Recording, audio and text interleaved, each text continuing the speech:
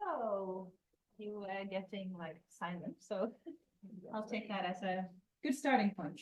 So welcome everyone to this first MF CASR lunch of the spring term.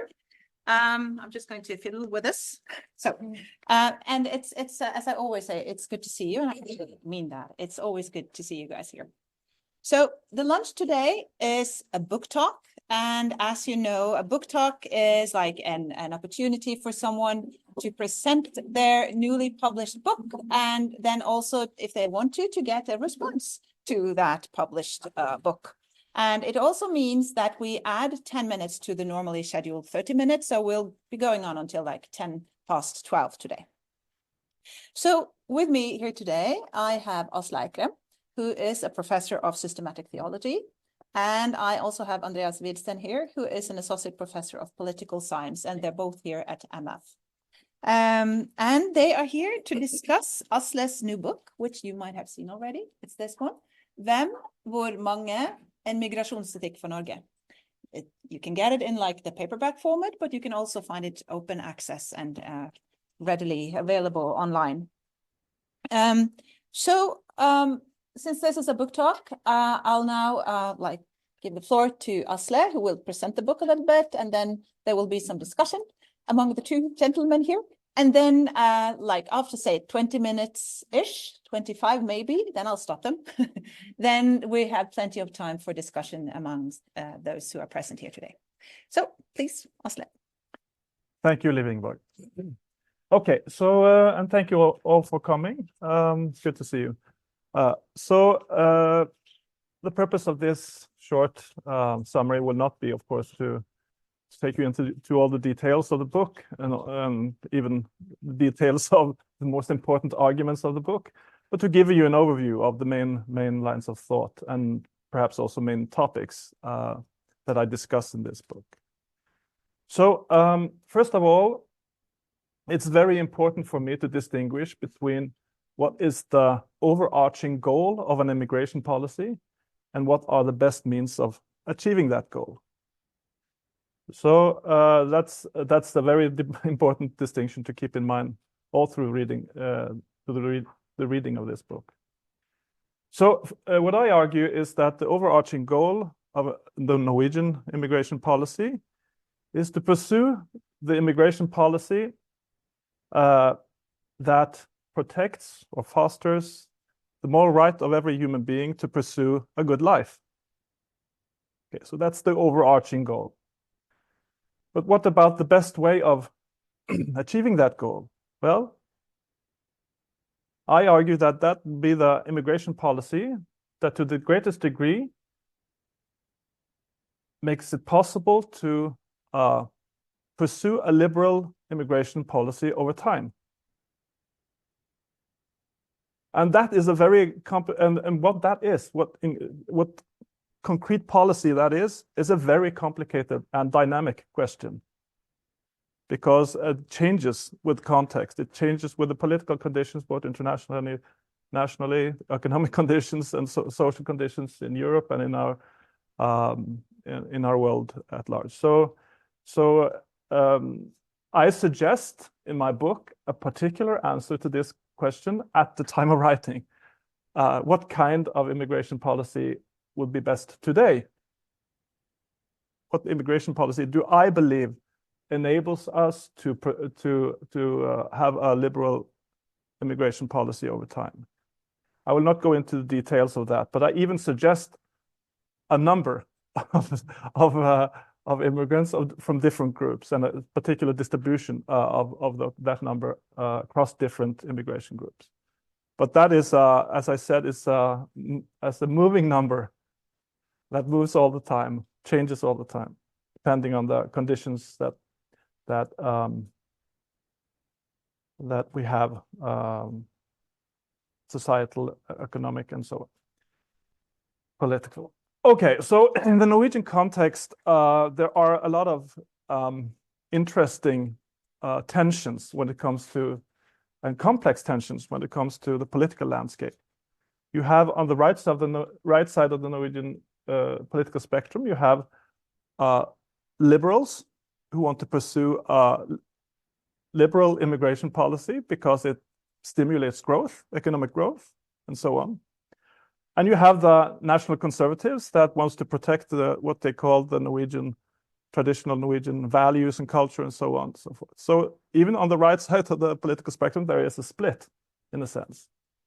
And you have on the left side, you have also a split between what you might call internationalists, which wants to protect, every human rights, every person's human right to pursue a good life, put it a bit simply. And on the other hand, you have protectionists that wants to protect the Norwegian working class from lower wages, pressure towards lower wages and so on, that comes as a result, for instance, of high labor immigration. So you both have, on the left and on the right, you have certain tensions between those who argue for a more liberal and more restrictive immigration policy. So in that landscape, what is the basic ethical problem that we have to discuss? Well, I think, and I argue in my book, that we have to formulate an ethical criteria that we can use to distinguish between moral and immoral ways of prioritizing the interests of Norwegian citizens before the rights or moral rights of immigrants, given the values that a democratic state is founded upon, like human rights and the notion of universal human equality. My answer to this question is, and I use a lot of time to argue this in the book, is that the weight of the interests of the Norwegian population is determined by the degree that they have to be protected in order to secure what I call civil justice. And the notion of civil justice is extremely important to understand, given this way of arguing. So what is civil justice? Well, civil justice is the sum of all the economic, political, civil, cultural, administrative, and social practices we have established in Norway as a consequence of treating each other as equals. So that is what civil justice is, according to my understanding. And what am I really saying here? Am I saying that there is a conflict between universal human rights and civil justice? No, I'm not saying that. But it could be a misunderstanding of what I'm trying to say here. Why am I arguing or making the case based on civil justice? Well, it's because that these practices that I was referring to, that I call civil justice or practices of civil justice, is what makes it possible for us to specify who has responsibility to protect what rights in which way. Okay, within a democratic framework. And those practices are extremely important to protect, because if you do not protect them, well, human rights will suffer as a consequence. Our human rights, and our civil rights,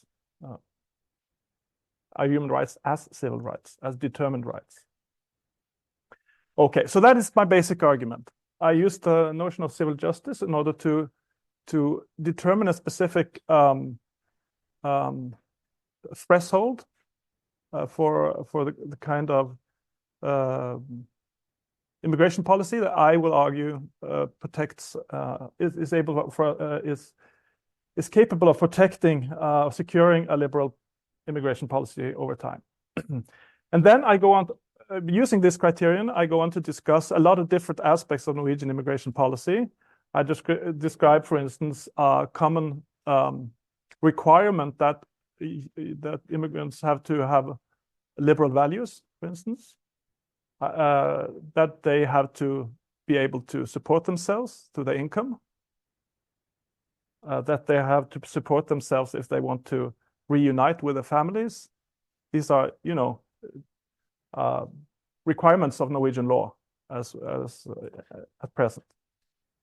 I discussed the requirement that you have to be 24 years old in order to marry someone from your own country, for instance, if you're an immigrant. I discuss how many people. It's morally we are more justified to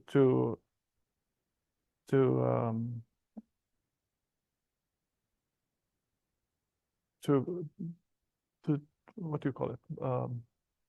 Slip in. To accept or To accept as Norwegians in a sense. And I also discussed various priorities between different groups of immigrants. You know, we have refugees, humanitarian migrants, family migrants, labor migrants, and so on. I also discussed the hindrances that we set up in various ways in order to keep people from applying for asylum in Norway. There were a lot of different hindrances. I discussed language and knowledge requirements for naturalization. I discussed various economic arguments for or against different kinds of immigration. I discuss how to calculate integration capacity or protection capacity, and those are different things.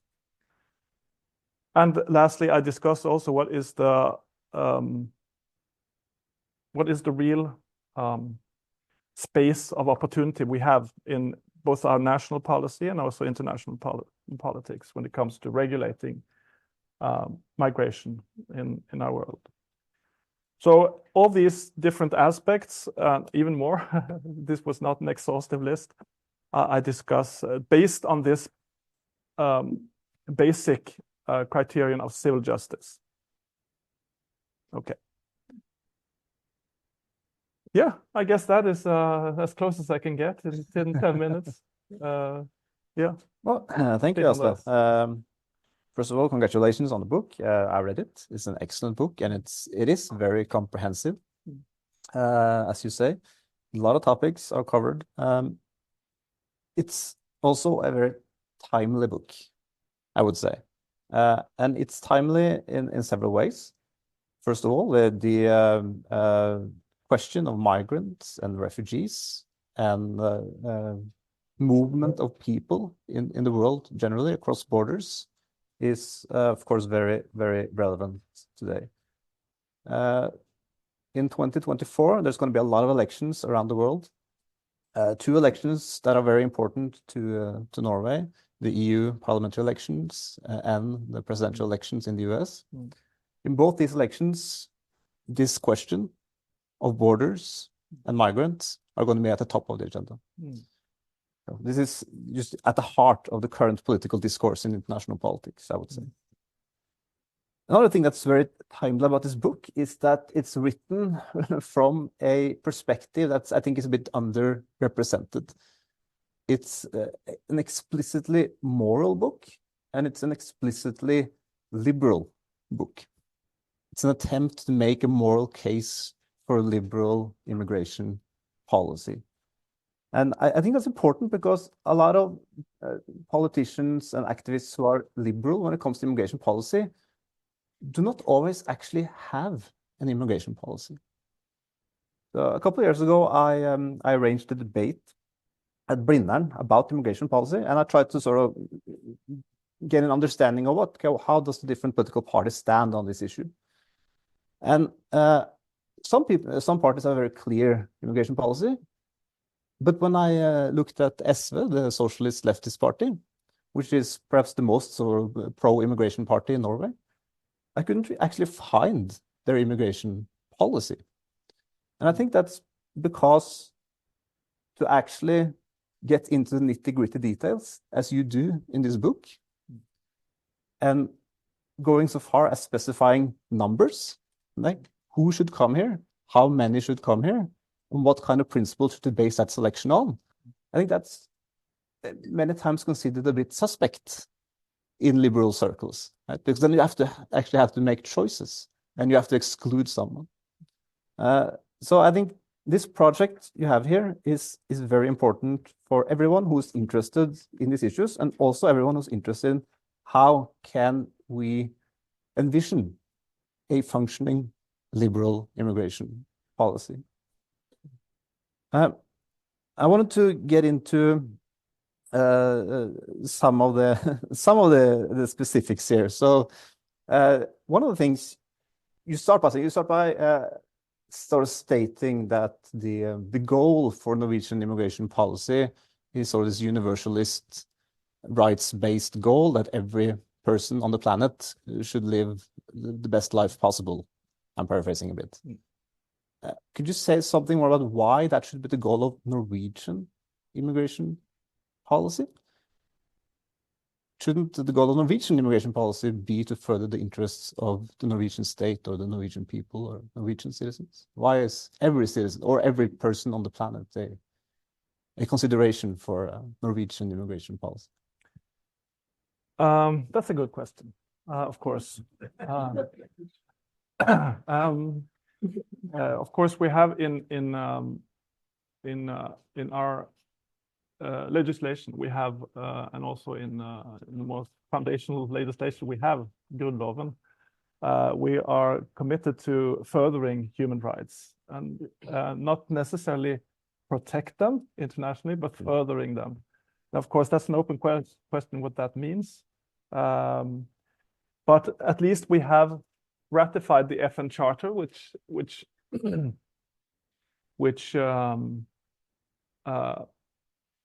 requires us to pursue by political and moral means the means that the Universal Declaration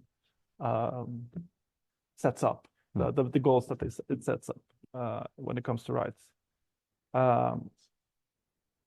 So for me, and exactly what that means is an open question. What does it mean to more politically pursue or morally pursue these goals for every human being? But I would argue that part of as I understand, kind of this commitment, it's connected to the moral right, the universal moral right to pursue a good life. But of course, it's not a what do you call it? We do not commit ourselves juridically to this, but politically and morally. And I asked an expert in international law, what does it mean, this commit oneself politically to this? And they said, that's a too big question to answer. I have to write a book about it. Yeah. So I for me, this commitment is kind of given in those founding documents. But what it means specifically, it's up for debate, I think. Yeah.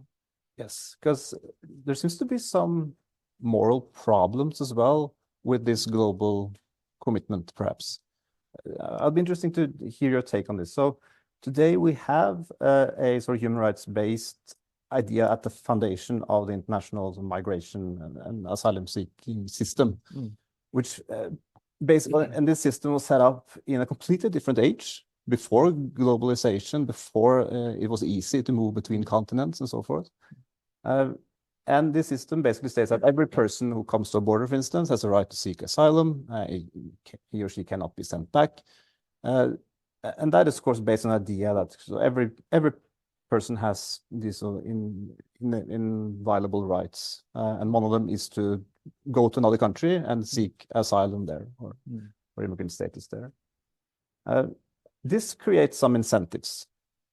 One of the incentives is that people in poor countries, in Africa, for instance, they make very dangerous journeys across thousands of miles, crossing the Mediterranean, and end up on the shores of Europe, and some of them do not even make it. And so there's a big humanitarian crisis at the southern borders of Europe, for instance. What would you say to those who argue that this humanitarian crisis is a consequence of the UN-based, human rights-based system that we have set up? It's a consequence of protecting or wanting to protect the human rights. As a to move consequence across of borders. the globalized way of thinking here, Mm. exactly, that every person everywhere on the globe Everywhere, has the same rights everywhere on the globe. So your question was, could you repeat that? Is there anything morally problematic about that situation?